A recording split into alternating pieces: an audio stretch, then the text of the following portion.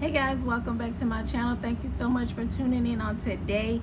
We are going to be talking about a beginner's guide on how to save money. All right, you ready? Let's go. We're not wasting no time.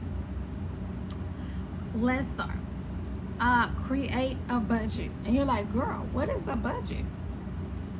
A lot of people think or view a budget as something bad. But just imagine, because if you're here on this video, you may be struggling with your budget. It's what you want it to be. You want to tell your money where to go instead of, oh, I went to Walmart, I went to Target, bought some stuff on Amazon. No, because then once you do that and you still have bills and now you done overspent, you've blown your budget and you're pissed off. But if you do your budget the day before you get paid, look and see how much you got paid, then and only then, when you're relaxed and calm, you'll start to write down what needs to be paid with either in that week or the 2 weeks or that month. Okay? You'll write those down with your check. So you'll start with your paycheck number, and then you'll list what all you have to pay. Then with some of the remaining money, you're gonna allocate some of that for food, gas, and then for yourself or the kids. But you'll have a specific amount for food, gas, kids, and yourself. Specific. Because that's how you stay in budgets. Okay?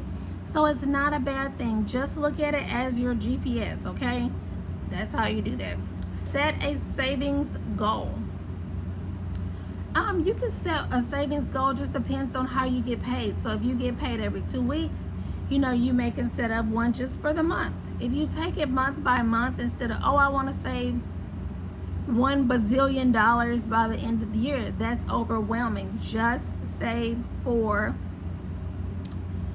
the month, okay? So how you're going to do that is you're going to take whatever you want to save. Let's say you want to save $100 for the month. How many weeks are there in a month? There's 4. But how many times do you get paid? If you get paid twice, you divide it by 2. If you get paid 4, you divide it by 4. That's how you do your savings goal. Okay? Use the 50-30-20 rule. Yeah. And we kind of just talked about that, but I didn't put any percentages on it. So allocate 50% of your income to needs. 30% goes to wants, and 20% goes to savings. So 50% depends on how much you make, because you may have to do a little bit more. Just depends on how many bills. But definitely, 70% to bills, 20% to wants, and what is that? 10%, to savings. Whatever you save and have for whatever you need is more than what you had. Don't compare yourselves to other people that's been doing this a really long time. You're gonna get discouraged. But I tell you what, when life starts to happen, because it is, you'll be glad that you had that little 500, that little 1,000, instead of having to call your mom or dad or your favorite cousin or aunt, or even the payday loan sharks. So be patient with yourself. Don't beat yourself up too bad, because it's a learning process. Okay? It takes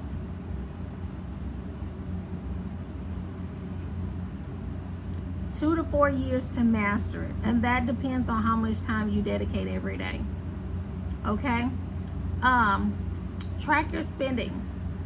You can get an envelope and track it that way, or you can just do it the easy way and just do an app and track it.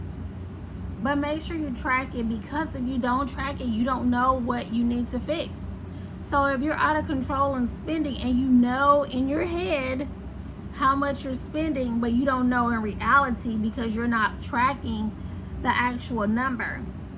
Like, let me just use me.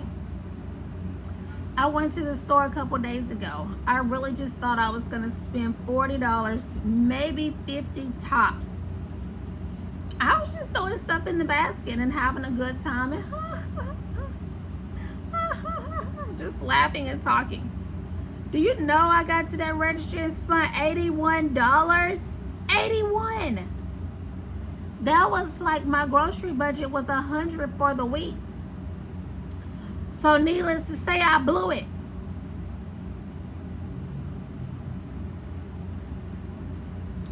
So track your spending. So guess what? When I went today, I wasn't laughing, and I had my app out. I had a grocery note, and I came in under budget. I was not playing today. Cut unnecessary subscriptions. Yes. Well, see, if you track your spending, you will know how many apps you have and what you use and what you don't use, okay? Cook at home. I know it's not going to save you so much money and you're going to be rich. It's going to save your health, okay? It's going to save you, on possibly high blood pressure. I know that one for sure, because there is so much sodium in takeout. So much. I am a living witness. My feet swell up like little piglets when I do takeout. So that's why I don't take out. I take it out the refrigerator here and eat it. That is my takeout out the refrigerator here at home. Y'all, I was a brand snob, but now with these prices, whoever's the cheapest non-branded or non-popular brand, I'm buying it.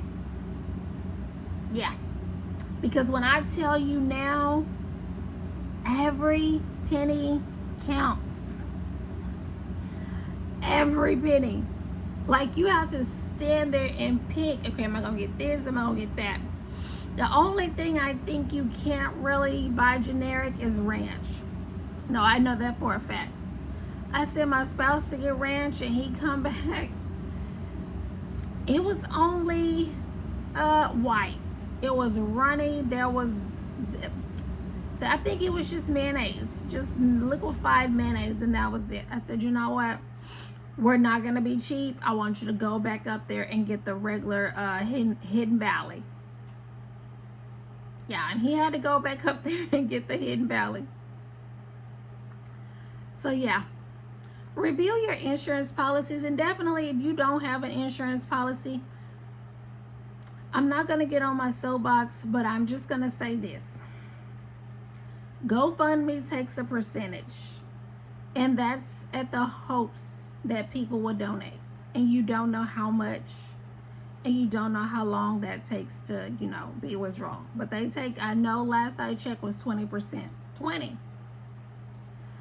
Any kind of spaghetti dinners, fish dinners, baked potato dinners, it's gonna take a lot of those dinners to make enough money to put back what you spend on groceries, and groceries are high, to pay for a funeral. I know here the bare minimum here in Texas, bare minimum, with a small funeral home is $9,000, and that's decent. $9,000.